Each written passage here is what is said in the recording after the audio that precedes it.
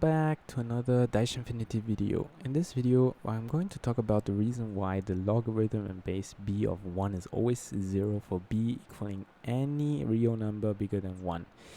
So let's dive right in. The proof goes as follows. The logarithm of b of 1 can be also written as the logarithm of b of another number. But what is 1? 1 is a identical multiplication number, which means that we can write 1 as 1 times 1. So we can write 1 times 1 because 1 times 1 is 1.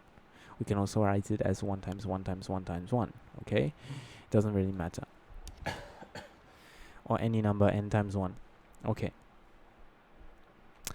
Now, since we have a property of logarithms, the logarithm in base b of a times c is the same thing as the logarithm of base b of a plus the logarithm in base b of c.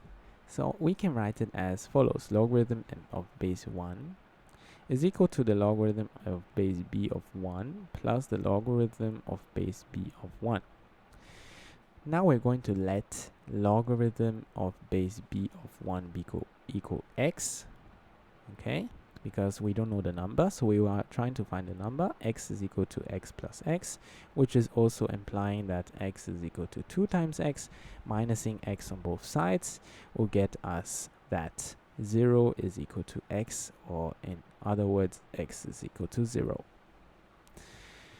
This means that the logarithm of any given base b of 1 is equal to 0, which also means that b to the sum number would equal to 1 and the number is equal to 0. So we have proven all of these two equations.